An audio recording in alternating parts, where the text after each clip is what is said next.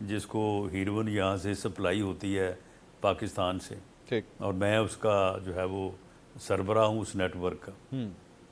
اچھا ویسے رانا صاحب اس وقت جو صورتحال ہے، اور یہ اب جو میرا اگلا سوال ہے یہ ریکارڈ کے لیے بڑا ضروری ہے، اس وقت تو چلے صورتحال یہ ہے کہ اسٹیبلشمنٹ کے ساتھ آپ لوگوں کی بڑی اچھی بنی ہوئی ہے، دوسری سائڈ کے ساتھ خراب ہوئی ہوئی ہے، تلخیاں ہیں، دوریاں ہیں، لیکن آپ بھی اس سسٹم کو جانتے ہیں. نہیں بنی کیوں ہوئی ہے بھلا؟ نہیں کیوں بنی ہوئی ہے؟ اس کا بھی تو آپ جواب تلاش کریں نا. نہیں وہ بنی اس لیے ہوئی ہے کہ دونوں کا اختلاف ایک ہی بندے سے، اسی وجہ سے بنی ہوئی ہے. نہیں معاملہ یہ ہے کہ اسٹیبلشمنٹ کی اور اس کی تو بڑی گاڑی چھنتی تھی. جی. اس نے اسٹیبلشمنٹ کو کہا کہ آپ نے جس طرح سے میرا ساتھ دیا ہے، مجھے ملک کے اوپر مسلط کر دیا ہے، آپ میرا ساتھ دیں، اپوزیشن کو ختم کریں.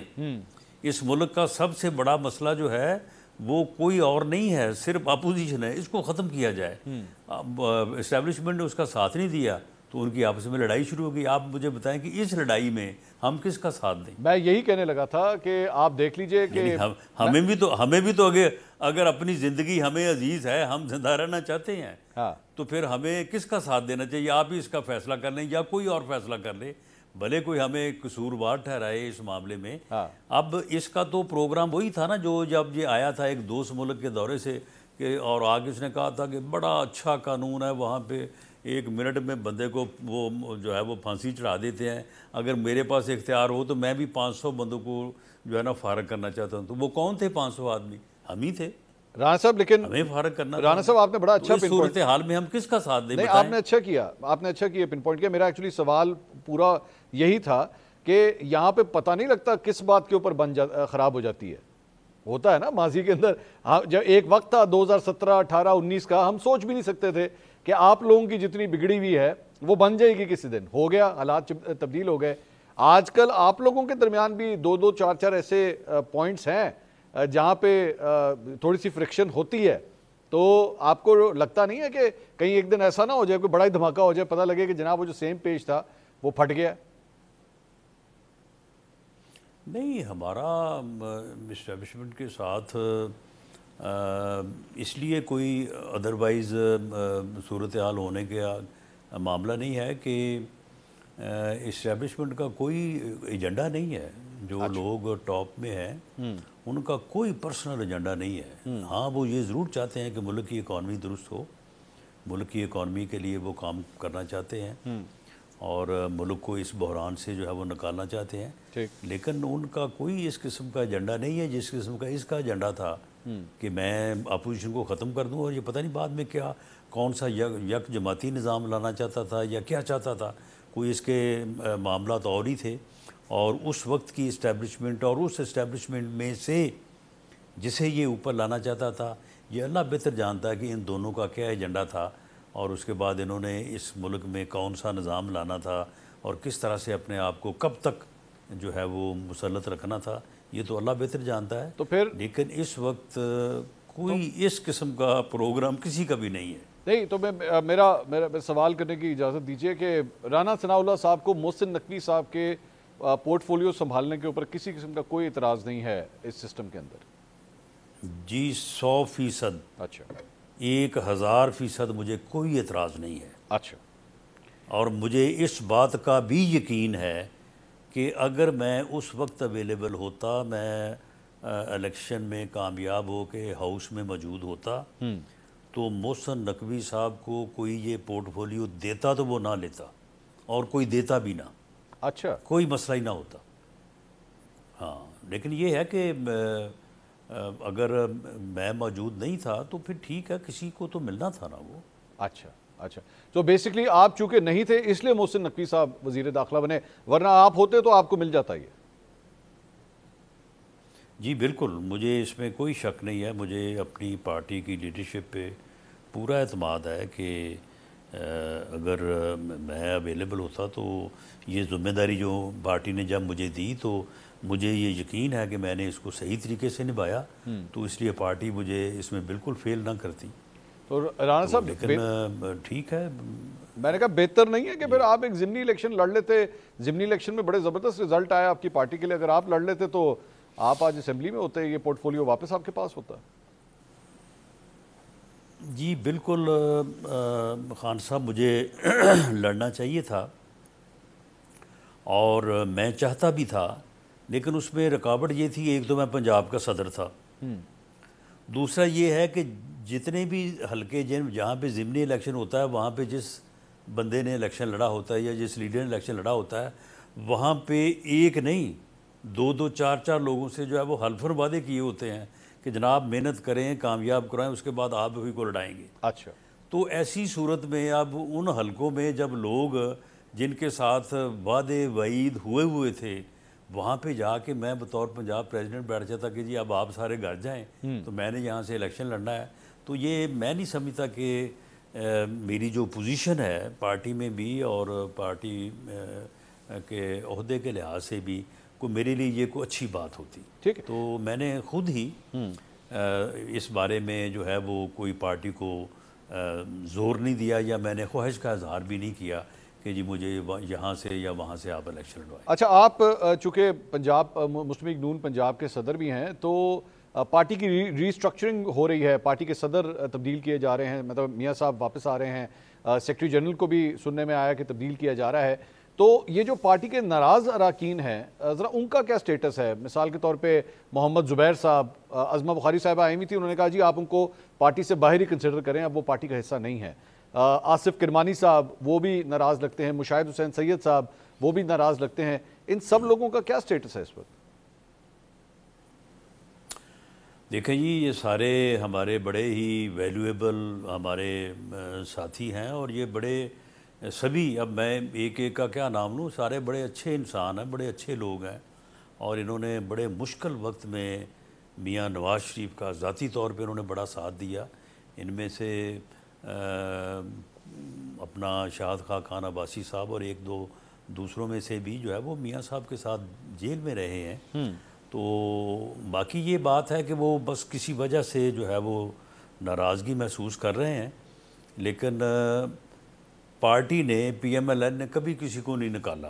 اچھا، تو اگر کوئی خود ہی جو ہے وہ روٹ کے چلا جائے تو ہم تو اس کا بھی انتظار کرتے ہیں کہ شاید کبھی جو ہے وہ واپسی کا راستہ اختیار کرے گا، لیکن میں نہیں اس حق میں کہ ان کو کوئی نوٹس سرو کیا جائے، نہ میں اس کے حق میں ہوں کہ ان کو ان کی جو ہے وہ پارٹی رکنیت کو کسی بھی وجہ سے جو ہے وہ ختم کیا جائے۔